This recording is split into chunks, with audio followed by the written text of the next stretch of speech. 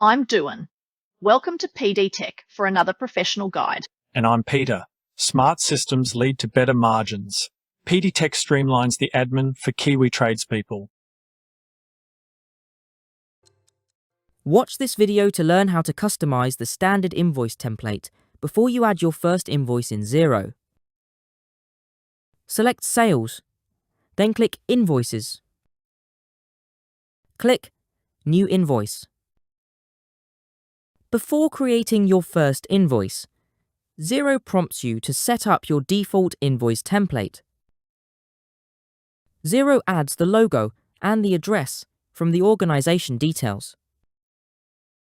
You can use the scroll bar to increase or decrease the zoom on your logo if needed.